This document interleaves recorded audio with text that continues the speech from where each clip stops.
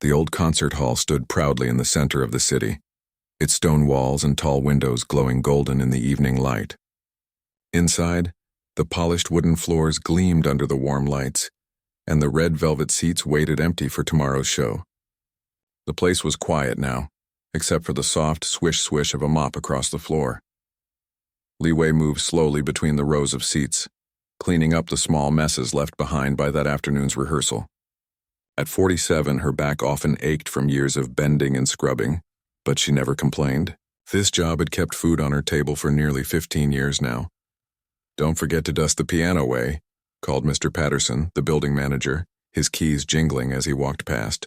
"The charity gala is tomorrow and the donors expect perfection." Wei nodded and pushed her cleaning cart toward the stage. The grand piano sat in the spotlight, black and shining and important. Every night she saved it for last.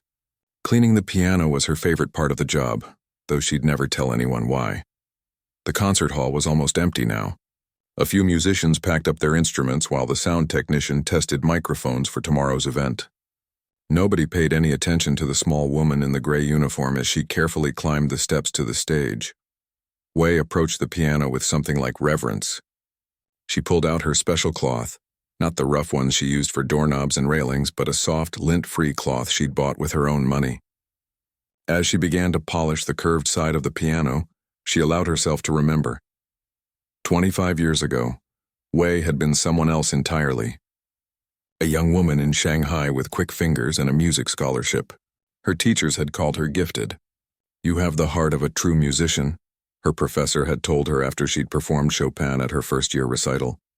She'd been on track to become a professional pianist, maybe even a concert performer who would travel the world.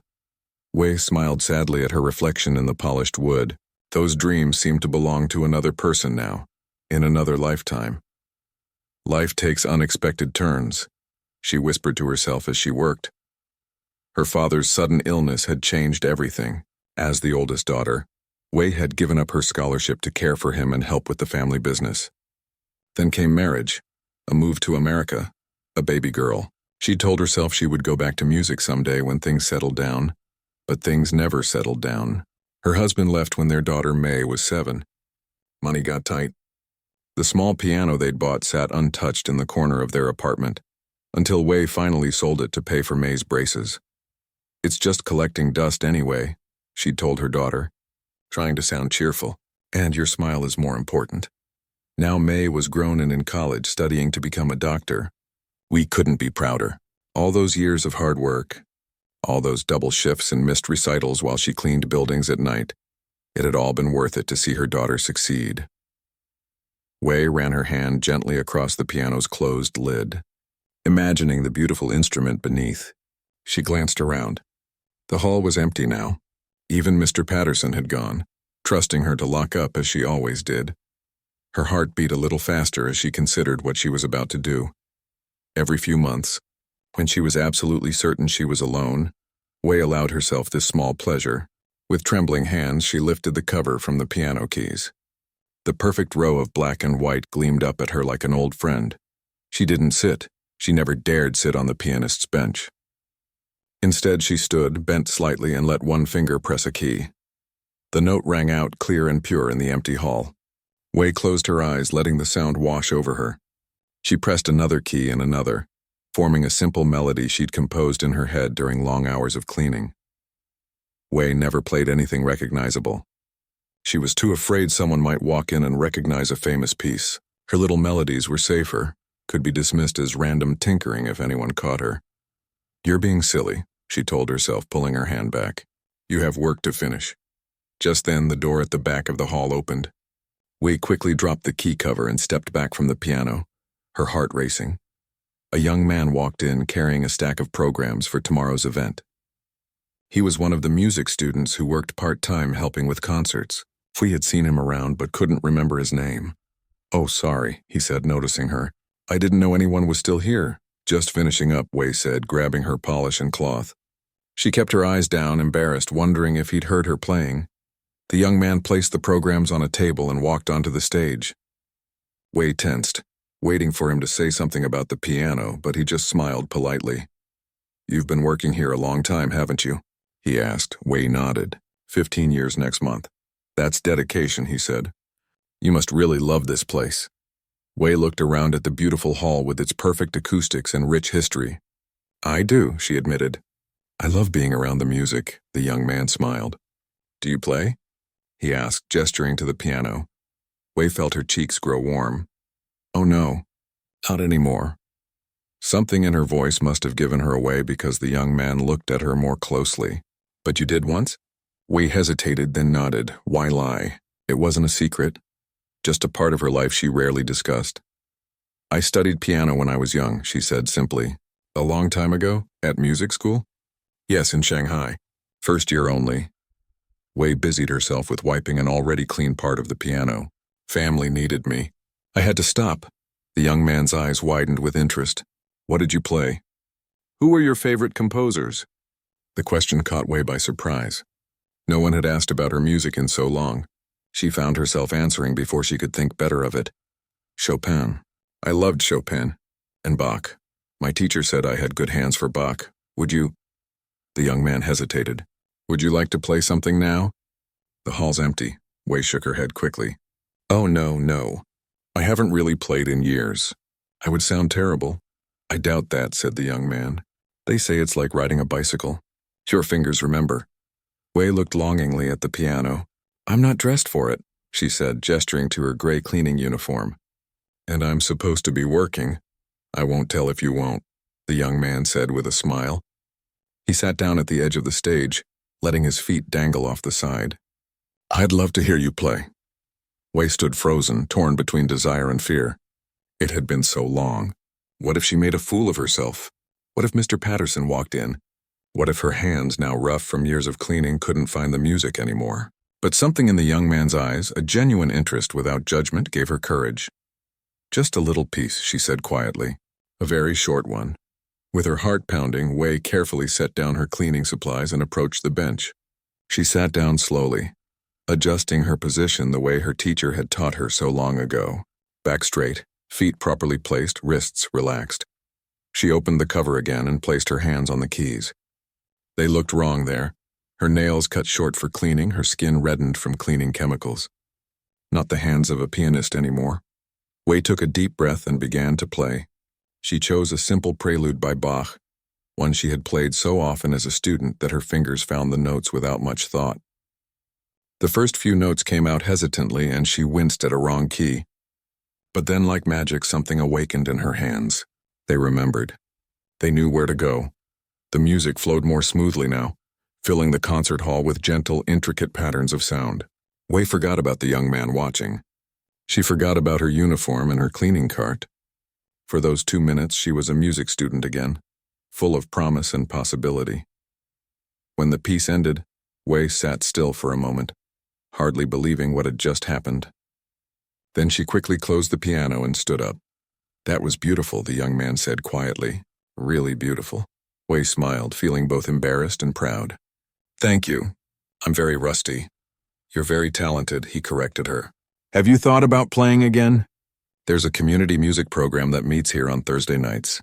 They welcome players of all levels. Wei shook her head. No time. I work 2 jobs. The young man nodded, understanding. Well, maybe someday. Music like that shouldn't stay hidden. After he left, Wei finished her cleaning in silence, thinking about what he'd said. She locked up the hall and walked to the bus stop, her mind still echoing with the sound of Bach's prelude. Maybe, she thought as she waited for the bus that would take her to her second job of the night. Maybe someday what she didn't know was that someday would come sooner than she ever expected. The next morning arrived with a flurry of activity at Harrington Music Hall. Wei had barely slept after her late-night cleaning shift at the office building across town, but she arrived early anyway. The charity gala was the biggest event of the season and everything needed to be perfect. Wei, thank goodness you're here, Mr. Patterson called as soon as she walked through the staff entrance. His tie was crooked and his usually neat hair stuck up in the back. We need extra hands setting up the reception area. The caterers just arrived. Wei nodded and hurried to store her things in the tiny staff room. As she tied an apron over her uniform, she could hear the buzz of excitement throughout the building. Famous musicians would perform tonight. Wealthy donors would write big checks and important people would mingle over expensive champagne.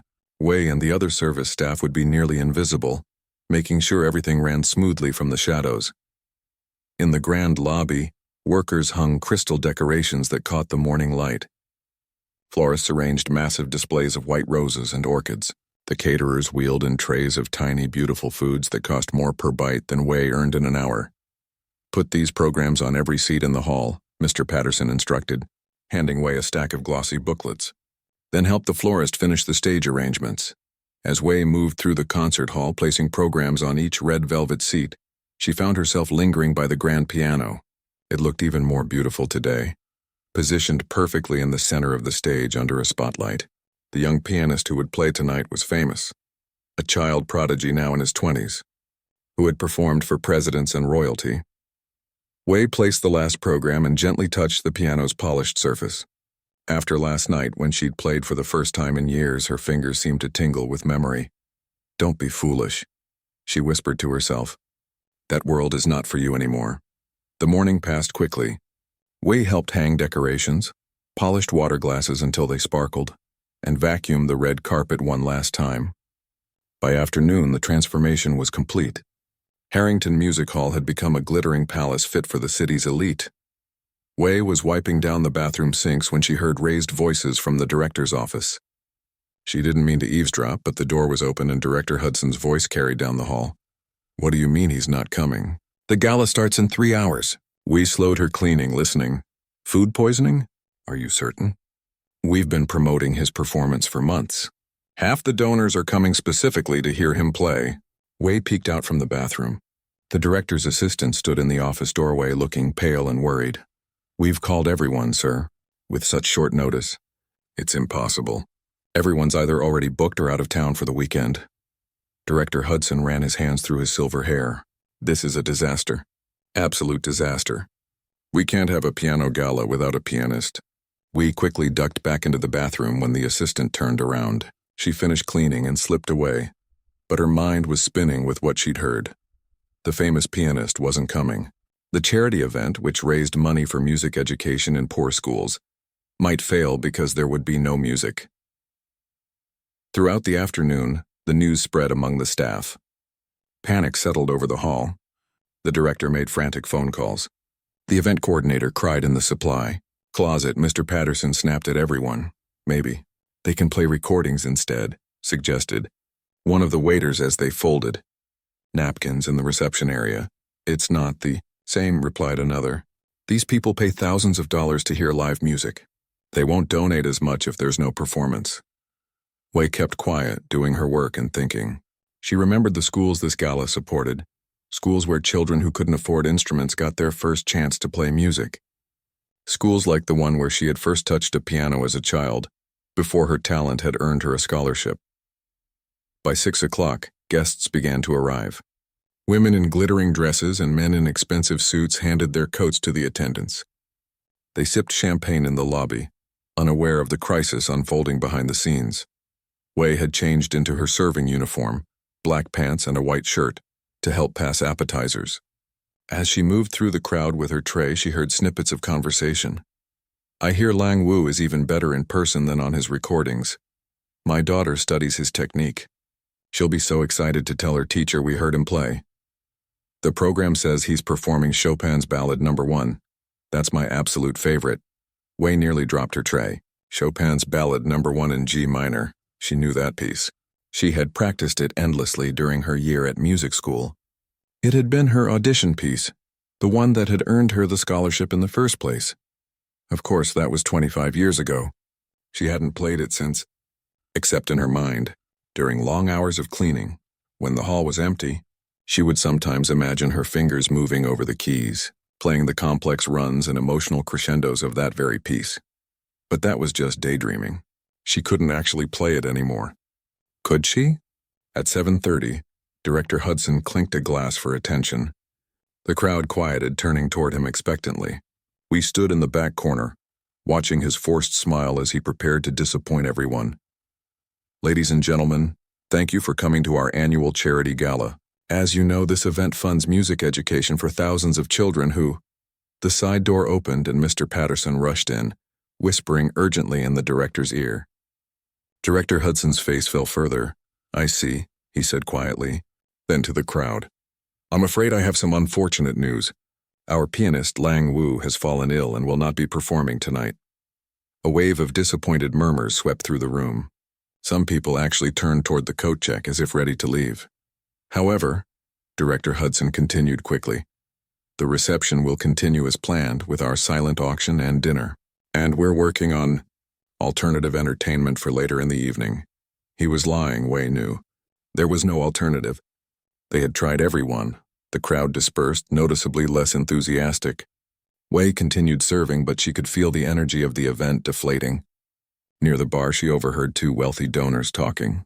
"Well, that's disappointing. I mainly came to hear the piano. Same, I was thinking of donating 20,000 this year, but now I'm not sure." "Exactly.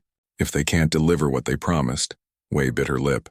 "Without those donations, how many children would miss their chance to discover music? How many potential talents would remain undiscovered in schools that couldn't afford instruments or teachers?" She thought of her daughter May, working so hard at medical school. We had given up her own dreams so her daughter could have a better life. Wasn't that what this charity was trying to do for other children? Give them a chance? Without really deciding to, Wei found herself walking toward the director. Her heart pounded so hard she thought it might burst from her chest. "Sir," she said quietly when she reached him. "Director Hudson." He turned, distracted and clearly annoyed at being interrupted by a server. "What is it?" "I'm rather busy at the moment." Wei swallowed hard. "I can play." "Play what?" he asked impatiently. "The piano. Chopin's Ballad No. 1. The piece Mr. Wu was going to perform." Director Hudson stared at her as if she'd grown a second head. You're a server." "I'm actually on the cleaning staff," Wei corrected him. "I've worked here 15 years. But before that, I studied piano. In Shanghai."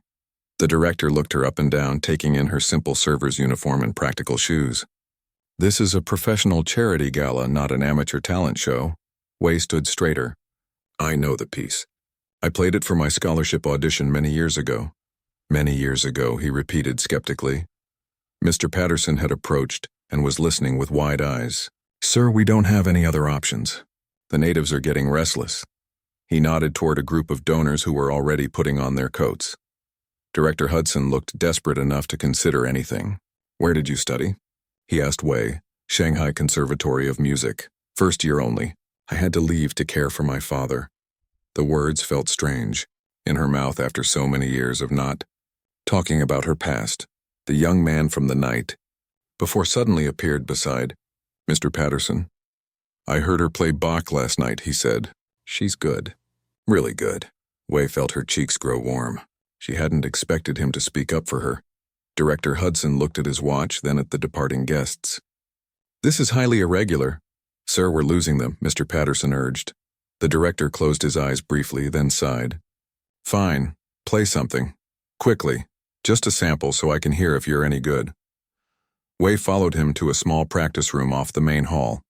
Her legs felt wobbly and her hands trembled as she sat at the upright piano inside. This was madness. What was she doing? But when she placed her fingers on the keys and began to play the opening notes of Chopin's Ballade, something miraculous happened.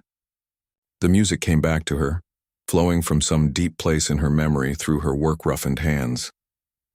After about a minute, Director Hudson held up his hand. We stopped, looking up at him anxiously. He was silent for a long moment.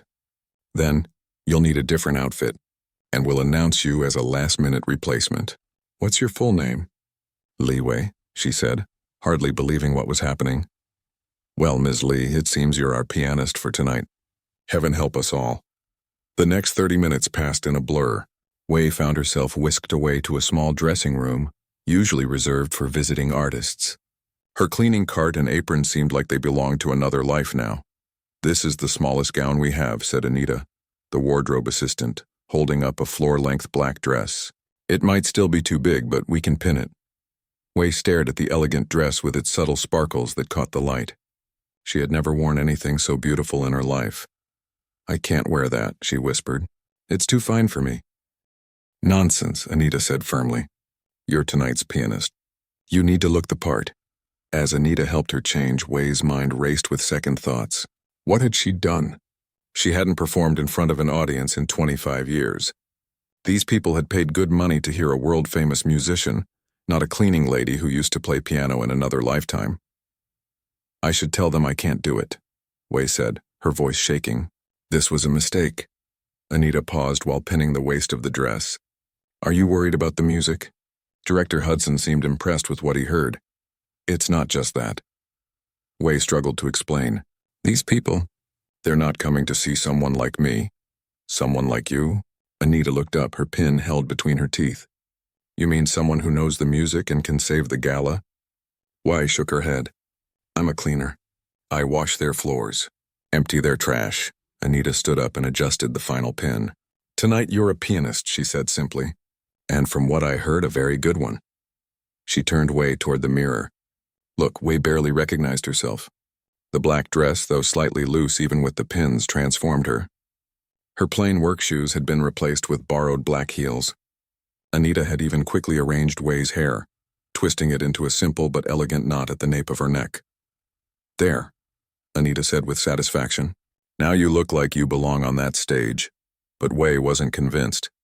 Her hands, her work-roughened hands with their short nails and calluses, didn't match the elegant dress. They told the true story of who she was. A knock on the door made them both turn. Director Hudson peered in, his face tight with stress. 5 minutes, he said. The guests are being seated now.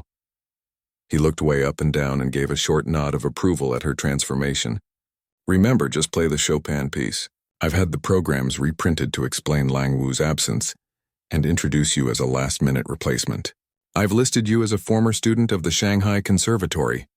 Wei's stomach twisted with anxiety. Sir, I'm not sure. Too late for doubts, Ms. Li. He cut her off. You volunteered, and we have a hall full of donors expecting music. He checked his watch. 4 minutes now. After he left, Wei sat down heavily on a small chair, trying to calm her racing heart. What had seemed like a noble impulse now felt like terrible arrogance. Who was she to think she could replace a professional pianist? Breathe, Anita reminded her gently. Just breathe. Wei closed her eyes and tried to focus on her breathing just like her old piano teacher had taught her before performances. In through the nose for 4 counts, hold for 7, out through the mouth for 8. She repeated this until a calm stillness settled over her, pushing back the panic. When she opened her eyes, she saw the young man from the night before standing in the doorway. He wore a black suit now, part of the stage crew for the evening. They're ready for you, he said. I'll show you to the stage entrance. Wei stood on shaky legs and followed him through the backstage area. The noises of the audience, murmurs, program pages turning, seats creaking, grew louder as they approached. I never told you my name, the young man said suddenly, turning to her. I'm Theo. I'm studying music education here. Theo, Wei repeated, grateful for this small normal conversation to distract her from what was about to happen. I just wanted to say thank you, he continued, for doing this. The money from tonight funds scholarships for kids who couldn't afford music lessons otherwise. Wei thought of her own scholarship from long ago, how it had opened a door that life had quickly closed again. I understand the importance, she said quietly. They reached the stage door. Through the small window, Wei could see the packed concert hall. All those wealthy, important people waiting to judge her. I can't do this, she whispered, backing away from the door. I haven't performed in 25 years. I'll embarrass everyone. Theo put a gentle hand on her shoulder. You know what my teacher always says? Music isn't about being perfect. It's about having something to say. He looked at her kindly. Do you have something to say, Wei? The question caught her off guard. Did she have something to say? After all these years of silence, of pushing her music into the background of her life, did she still have something to express? The image of her younger self came to mind, the girl with dreams and talent who had set everything aside for family duty. That girl had something to say. Did the woman she had become still carry that music inside? Before Wei could answer, Director Hudson appeared beside them. It's time, he said. He handed Wei a small card with her name printed on it. I'll go out first to explain the change in program. When I announce your name, count to 5, then come out. The piano is positioned center stage. Bow once, then sit and begin when you're ready.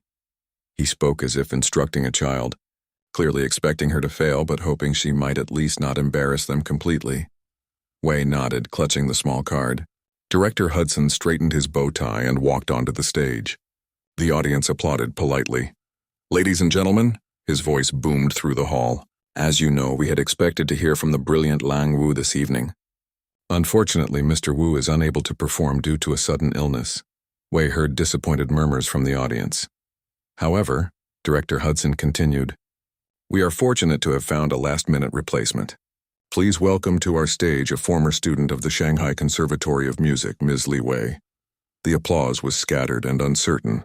We could practically feel the audience's lowered expectations through the door. "That's your cue," Theo whispered. "Remember, 5 seconds, then go." Wei counted in her head, 1, 2, 3, 4, 5. Theo opened the door and Wei stepped out onto the bright stage.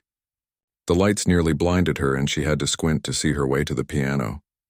The grand hall looked different from this perspective, bigger, more intimidating. Hundreds of faces stared at her with expressions ranging from curiosity to obvious disappointment. Near the front, she spotted a woman in an expensive blue dress, whispering to her companion. "The cleaning lady? They must be desperate." Wei's face burned. Of course, some of the regular patrons would recognize her. To them, she was just the invisible woman who emptied their trash cans. She gave a stiff, awkward bow, feeling the pins in her borrowed dress pull slightly. Then she made her way to the piano bench and sat down, adjusting her position just as she had been taught so long ago. Back straight, shoulders relaxed, feet properly positioned. The silence in the hall felt heavy and expectant. We placed her hands on the keys and took a deep breath. Doubt crashed over her in a final, powerful wave. This was madness. She should stand up now, apologize, and walk off the stage before she made a complete fool of herself. But then she remembered what Theo had asked her. Did she have something to say? Yes, she realized. She did. She had 25 years of unplayed music inside her, dreams deferred but never abandoned, love for her daughter, pride in her sacrifices, longing for the path not taken, joy in simple beauties, all the complex emotions of a life fully lived, if not in the way she had once imagined. Wei closed her eyes for a moment, gathering all these feelings. Then she opened them and began to play. The first notes of Chopin's Ballad No. 1 in G minor filled the hall, tentative at first, her fingers finding their way. A wrong note made her wince and she heard a few sighs from the audience. But she pressed on, refusing to stop. The piece began simply enough, but Wei knew what was coming. The increasingly complex passages that had challenged even her younger, more practiced hands. Yet as she played, something miraculous happened. Her body remembered. Her fingers found their way across the keys as if guided by muscle memory long dormant, but never truly gone. As the music built in intensity, Wei forgot about the audience. She forgot about the borrowed dress in her ordinary life. She forgot about everything except the conversation between her heart and the piano, a conversation 25 years overdue. The music poured from Wei's fingers like water breaking through a dam. After the first minute, something shifted inside her. The years of silence fell away. Her hands, though older and worn from years of labor, remembered their purpose. In the front row, a man who had been checking his watch now looked up, his eyebrows raised in surprise. Next to him, the woman in the blue dress who had recognized Wei as the cleaning lady sat straighter in her chair, her whispers forgotten. Wei reached the first challenging section of Chopin's Ballade, a series of quick runs up and down the keyboard that required both precision and feeling. Her fingers stumbled once, twice, but she pushed through, refusing to let small mistakes stop her momentum. This wasn't about perfection. This was about expression. The piece built in complexity, and Wei leaned into the music, her body swaying slightly as she played. She had forgotten how physical piano playing could be, how it engaged not just the fingers but the arms, the shoulders, the whole body. Her back, often sore from years of bending and scrubbing, now straightened with purpose. From backstage, Theo watched with growing amazement. He had heard Wei play Bach the night before, had been impressed by her hidden talent, but this was something else entirely. The woman at the piano barely resembled the quiet cleaner he had encountered. Her face had transformed, glowing with intensity and focus. Even the borrowed dress seemed to fit her differently now, as if she had grown into it through the power of her playing. In the third row, an older gentleman with white hair closed his eyes, letting the music wash over him. He was a regular patron of the hall, a retired music professor who had heard countless pianists on this very stage. He had come tonight specifically to hear Lang Wu, and had been disappointed by the announcement of a replacement. But now his expression softened into appreciation. This unknown pianist might lack the technical perfection of a professional, but there was something in her playing that caught at his heart, a depth of emotion, a lived experience that rang true in every note. As the ballade progressed to its middle section, Wei's confidence grew. Her initial nervousness had burned away in the heat of concentration. The piece demanded all of her attention, leaving no room for self-doubt. Her fingers found the keys without her having to look, guided by memory and instinct. Director Hudson stood in the wings opposite Theo, his arms crossed, his expression moving from concern to cautious relief. The audience was engaged now, leaning forward in their seats instead of checking the time or whispering to each other. When Wei navigated a particularly difficult passage with unexpected grace, he uncrossed his arms and let them hang loosely at his sides. Perhaps this gamble would pay off after all. In the back row, Mr. Patterson watched with his mouth slightly open. For 15 years he had given orders to this woman, barely noticing her beyond her ability to clean floors and polish surfaces. He had never once asked about her life before she came to work at the hall. Now watching her command the stage and the magnificent grand piano, he felt a strange mix of admiration and shame. Wei herself was only dimly aware of the audience now. The music had carried her to that rare state where performer and performance become one. Her hands no longer felt stiff or unpracticed, but moved with growing confidence across the keys. The music flowed through her like a current of electricity, connecting her present self to the young woman she had once been, the one with dreams of concert halls and music that moved listeners to tears. The most technically challenging section of the piece approached. Series of complex runs and arpeggios that had taken her months to master as a student. We took a quick breath and plunged in. Her fingers flew across the keys, not always hitting every note perfectly, but capturing the spirit and emotion of the music. A few wrong notes here and there couldn't diminish the power of what was happening. A woman reclaiming a vital part of herself after decades of silence. In the fifth row, a young girl of about 10 sat with her mother. They had won their tickets through a school raffle, part of the charity's outreach to the very children it aimed to help. The girl, a beginning piano student herself, watched Wei with wide eyes. She had expected to see a famous pianist tonight, someone impossibly perfect and distant. Instead, she saw a woman who looked more like her mother's age, playing with visible effort and emotion. It made the music seem more human, more possible. As the ballade built toward its climax, Wei felt a kind of joyful wildness take hold of her. The piece demanded passion here, big chords and dramatic dynamics, and Wei gave herself permission to play all out, holding nothing back. Her hands, which that very morning had been scrubbing bathroom sinks, now commanded this magnificent instrument, filling the grand space with sound that seemed too big to come from one person at one piano. The audience felt it too. A collective energy had built in the room, a connection between performer and listeners that transcends technical perfection. People who had come expecting one kind of experience found themselves caught up in something quite different, but no less powerful. The story of a woman whose music had been buried but not lost, whose talent had waited patiently for its moment to re-emerge. A wealthy donor in the second row found himself thinking of his own abandoned dreams, how he had once wanted to be a writer before. Practicality led him to law school and a successful but creatively empty career. The woman on stage reminded him of what it meant to reconnect with a dormant passion.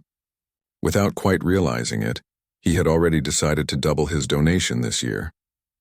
In the final minute of the piece, Chopin's ballad reaches its most intense and difficult passage, a thunderous climax that requires both technical skill and emotional commitment. Wei's fingers were tiring now, unused to such demands, but she pushed through the fatigue. This was her moment, perhaps her only chance to play on this stage, and she would give it everything she had. The final chords rang out, powerful, decisive, resolute.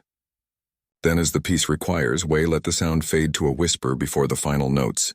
The closing of the ballade is like a question left hanging in the air, and Wei held the final chord just a moment longer than usual, reluctant to let go of this experience that had transported her so completely. When the last note faded away, we sat still, her hands resting gently on the keys, her head bowed slightly. For 3 heartbeats, the concert hall was absolutely silent. No coughs, no program rustling, no shifting in seats.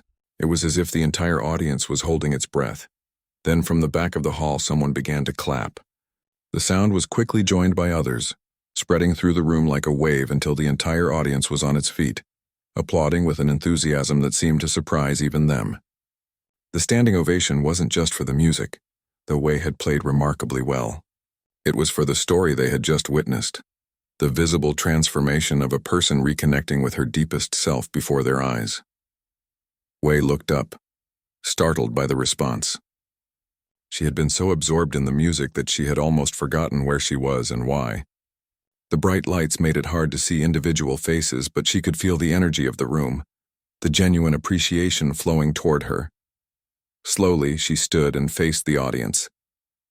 The borrowed dress no longer felt strange on her body. She belonged in it now, had earned the right to stand on this stage not through her famous name or impressive resume, but through the truth of her playing. With graceful dignity that seemed to come from some newly awakened part of herself, we bowed deeply to the audience. When she straightened, she saw faces smiling back at her, the same faces that had looked disappointed and skeptical just 15 minutes earlier. In the front row, the woman in the blue dress was wiping a tear from her cheek. Behind her, the retired music professor was nodding with warm approval. At the back of the hall, Mr. Patterson was clapping harder than anyone, a look of amazed pride on his face as if he somehow shared in her triumph. Director Hudson appeared at her side, beaming now, any trace of his earlier doubt completely erased. He shook her hand and gestured for her to take another bow, which she did, still somewhat dazed by what had happened. "Extraordinary," he whispered as he led her toward the wings where Theo waited, his face split by a wide grin. "Absolutely extraordinary." As Wei left the stage to continued applause, she felt lighter than she had in years. Something that had been tightly coiled inside her for a quarter century had finally been released. The music had been there all along, waiting. In the small backstage area, Theo gave her a glass of water. Her hands trembled slightly as she took it, the excitement and emotion of the performance still coursing through her. "I told you," Theo said softly. "You had something to say?" Wei nodded, unable to speak just yet. She had said more in those 10 minutes of music than she could have expressed in hours of words. She had told her story, of dreams deferred but not abandoned, of beauty hidden but preserved, of a spirit that had endured decades of ordinary struggles without losing its capacity for extraordinary expression. And most surprisingly of all, people had listened. Really listened. The next morning, Wei arrived at the concert hall at her usual time, dressed in her gray cleaning uniform. The events of the previous night felt like a dream, the borrowed black dress, the grand piano under the spotlight, the standing ovation. But as she pushed her cleaning cart through the empty lobby, she knew it had been real. The building was quiet now, littered with evidence of last night's gala, programs left on seats, forgotten cocktail napkins, a single earring lost under a chair. We began her routine, moving methodically through the space as she had done for 15 years. But something had changed. She hummed softly as she worked, her fingers occasionally pausing to tap out a phrase of Chopin on the edge of a table or the back of a chair. "There she is," a voice called from the entrance. We looked up to see Director Hudson striding toward her, followed by Mr. Patterson and a tall woman Wei didn't recognize. The director was smiling broadly, an unusual sight that made Wei straighten up nervously. "Ms. Lee," Director Hudson said warmly, as if they were old friends. "I've been hoping to catch you. This is Ms. Chen from the Board of Directors." He gestured to the tall woman, who regarded Wei with curious interest. "Good morning," Wei said cautiously, suddenly conscious of her cleaning uniform and the mop in her hand. Part of her had expected things to go back to normal today, that she would return to being invisible, just the woman who cleaned the floors. "Last night was remarkable," Director Hudson continued. "Truly remarkable. The donors can't stop talking about it. We've received more pledges this morning, people who were so moved by your performance that they decided to increase their contributions." Wei wasn't sure how to respond. "I'm glad I could help," she said simply. Ms. Chen stepped forward. "Director Hudson has told me about your background, that you studied at the Shanghai Conservatory but had to leave after your first year. Is that correct?" We nodded, wondering where this conversation was heading. "The gala raised money for music education. Ms. Chen continued, specifically for our community music program, which provides free lessons to people who couldn't otherwise afford them. Children? Yes, but adults too. Wei had cleaned the rooms where these lessons took place. After hours, she had sometimes paused outside the doors, listening to the sounds of beginning musicians finding their way. We've been looking for a piano teacher for the adult program, Ms. Chen said. Someone who understands what it means to come to music later in life or to return to it after a long absence. She looked at Wei meaningfully. After hearing you play last night, I wonder if you might be interested. Wei's heart skipped a beat. Me, teach piano? Just one evening class per week to start, Ms. Chen clarified. We can't offer much pay, but I'll do it, Wei said quickly before doubt could creep in. I would be honored. Mr. Patterson cleared his throat. We'll need to adjust your cleaning schedule, of course. Perhaps reduce your hours in some area. Actually, Director Hudson interrupted, we had something else in mind. The donor reception after your performance was quite extraordinary. Several of our most generous supporters were very moved by your story, about how you set aside your musical career to care for your family. Wei felt her cheeks grow warm. I didn't know anyone was telling my story. Theo might have shared a few details, Director Hudson admitted with a small smile. The point is, Ms. Chen and I have been discussing a proposal. We'd like to offer you a new position here at Harrington. Wei's hands tightened around her mop handle. What kind of position? A dual role, Ms. Chen explained. Teaching in our community program and serving as our outreach coordinator. You'd be the bridge between the hall and the communities we're trying to serve. Your story, your music connects these worlds in a way that feels authentic. Wei could hardly believe what she was hearing. These important people, who had barely noticed her for 15 years, now spoke to her as an equal, someone with value beyond her ability to clean their spaces. It would mean a significant change, Director Hudson added. More responsibility, but also better pay, and most importantly, a chance to be part of the music again. The phrase echoed in Wei's mind, a chance to be part of the music again. Wasn't that what she had secretly longed for all these years? Not fame or applause, but simply to belong in the world of music once more? I need some time to think, Wei said honestly. It was too much to process at once. Of course, Ms. Chen nodded. Take the weekend. We can talk details on Monday.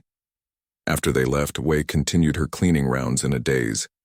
By the time she reached the main hall, the morning sunlight was streaming through the high windows, illuminating dust motes in the air. The grand piano still sat on the stage where she had played last night. As if drawn by an invisible force, Wei set down her cleaning supplies and walked to the stage. She climbed the steps and stood beside the magnificent instrument, running her finger lightly along its edge. So much had happened in the span of 24 hours. Her hidden self had been revealed, not just to others but to herself as well. The side door opened and Theo walked in with a stack of music books. He smiled when he saw her. I thought I might find you here, he said, setting down his books. How does it feel to be back on this side of the mop? We laughed softly. Strange.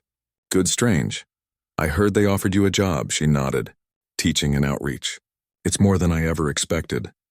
You'll be perfect for it, Theo said. You know both worlds. Wei thought about this.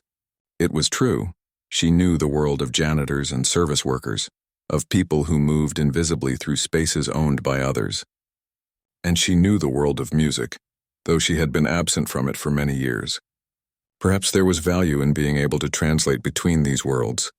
Have you told your daughter yet? Theo asked. About last night? Wei shook her head. Not yet. She has exams this week. I didn't want to distract her. The truth was, she wasn't quite sure how to explain what had happened. How could she tell May that her mother, who had always stressed practical career choices and financial security, had suddenly stepped onto a concert stage and played Chopin? You should tell her, Theo encouraged. She'll be proud of you. Wei nodded thoughtfully. Maybe May would understand better than Wei expected. After all, hadn't Wei's own sacrifices been about giving her daughter choices? The freedom to pursue her dreams without the burden of family obligation that had cut Wei's studies short? The door opened again and Mr. Patterson poked his head in. Wei, there's a phone call for you in the office. Someone named May? Wei's eyebrows shot up in surprise. Her daughter never called her at work. In the small administrative office, Wei picked up the phone with a feeling of dread. Had something happened? Was my okay, Mom? May's voice came through clearly, sounding excited rather than distressed. Why didn't you tell me you were performing at Harrington last night? We sank into a chair, bewildered. How did you find out? It's all over social media. Someone posted a video. You're trending, Mom. What? No, that can't be right. Wei couldn't imagine anything less likely than herself trending online. It's true. One of my classmates shared it this morning. She didn't even realize it was you until I freaked out. Mom, you were amazing. I had no idea you could play like that. We closed her eyes, trying to absorb this new reality. I used to play before you were born. Before I met your father, I studied for a while in Shanghai. Why did you never tell me? There was wonder in May's voice, not accusation. It didn't seem important, Wei said softly. It was from another life. But it's part of who you are, May insisted. All these years you've been telling me to focus on practical things, on building a secure future. I never knew you had this whole artistic side. Wei heard the gentle challenge in her daughter's voice. Had she been wrong to emphasize practicality so strongly? Had she projected her own lost opportunities onto her daughter, pushing May towards security at the expense of passion? Are you happy in medical school? Wei asked suddenly. Truly happy? There was a pause on the line. I am, May said finally. I really am. But now I'm wondering if I got my determination from you. The ability to work hard at something difficult because you believe in it. Wei felt tears prick at her eyes. Perhaps you did. The director of your concert hall gave an interview this morning, May continued. He said they're offering you a new position. Is that true? Yes, Wei confirmed. Teaching piano and working in community outreach. You're going to take it, right? The excitement in May's voice was clear. Wei hesitated. It would be a big change. Less stability. Mom, May said firmly, you've spent my whole life making the practical choice. Maybe it's time to make the joyful one. The words hit Wei with unexpected force. The joyful choice. When was the last time she had allowed joy to guide her decisions? After saying goodbye to May, Wei sat quietly in the office thinking about paths taken and not taken. She thought about the young woman she had been, with dreams of concert halls and music that moved people's hearts. She thought about the cleaning woman she had become, finding small satisfactions in well-polished surfaces and carefully ordered spaces.